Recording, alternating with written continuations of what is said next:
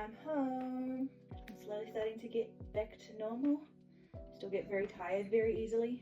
I still have to wear my lovely compression stockings so that I don't get any blood clots. I still have a puku that kind of looks like a baby bump, but it's not. Not yet. I had OHSS, which is ovarian hyperstimulation syndrome. They said that I had the moderate version, so you can get mild, moderate or severe. I was moderate. The night before and the day of leading up to go to the hospital, I thought I just had trapped gas from the egg retrieval, and I was rolling around on the ground doing all these yoga moves and was it injured child or Injured child. child pose, downward dog, all of those things, I don't know. Yoga poses to try and get the trapped gas out. And I was even rubbing my tummy really quite hard and everything because that's all I thought it was. And I was drinking heaps of fluid because that's what they tell you to do after an egg retrieval. And basically all of those things kind of just ended up aggravating the OHSS. But I didn't know any better. I was just trying to fix it because I was in pretty crippling pain. Yeah, it was scary. I couldn't really stand up. I couldn't breathe in fully. If I breathed too deeply, it would be like pain all across here, and then I had pain across my ovaries as well. And the reason for that was because my ovaries had, all the follicles had refilled and had swollen back up to 10 and 12 centimeters. And then, pardon? Millimeters? Or was it all like the No, ovaries it's as a whole? the ovaries as a whole. 10 centimeters and 12 centimeters. Wow. Yeah. So it was pretty uncomfortable. And then also when you get OHSS, a complication of it is that your all of your organs or some of your organs can start leaking fluid. So they just get all a little bit leaky, and my gallbladder was leaking fluid all out across here. So that's why that hurt as well, and it was hard to breathe. So you're not trapped gas. My mum took me up to Tokoroa Hospital and they did an ultrasound.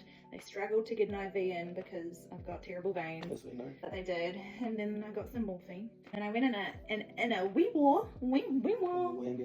ambulance up to Waikato Hospital, where I stayed for 3 days? Yep. 3.5 days.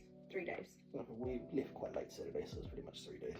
Yeah, 3 days. They monitored me really closely, gave me blood thinning injections, got my compression stockings. I had to be on fluid restriction, just so that I wasn't putting too much fluid into my body that was then leaking out through my organs, which is why drinking lots after the egg retrieval actually, even though you're supposed to, was bad for me because of the OHSS.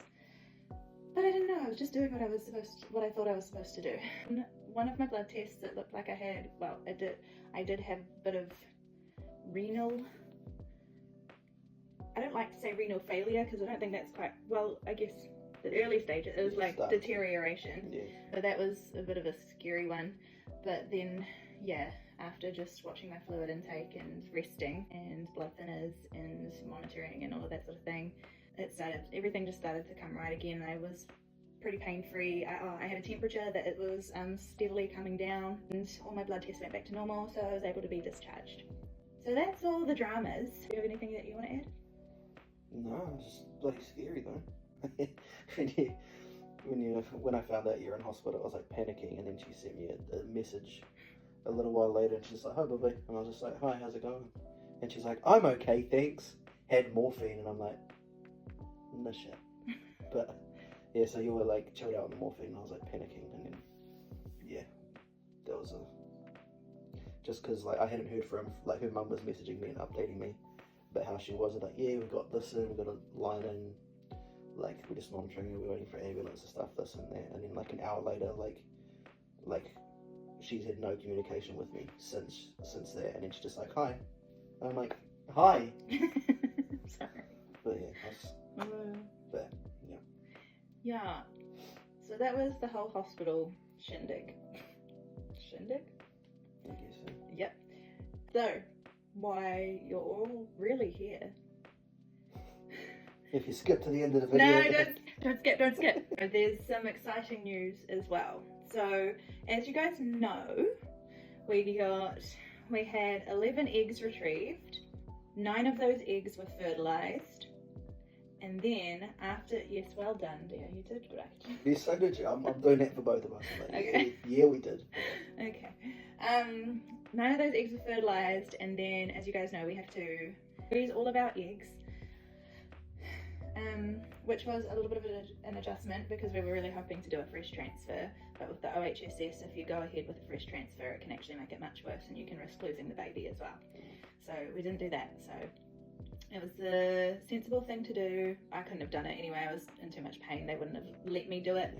I just have to keep reminding myself what's best for my body is best for the baby. But it was a little bit disappointing, and I had a little cry about it. But yeah, so we've got some babies in the freezer.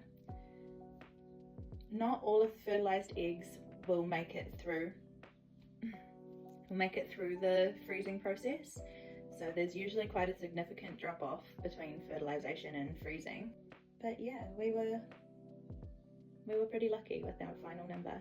Yeah. So without further ado, we will insert a little clip here to show you guys how our final numbers are looking for our little ice babies.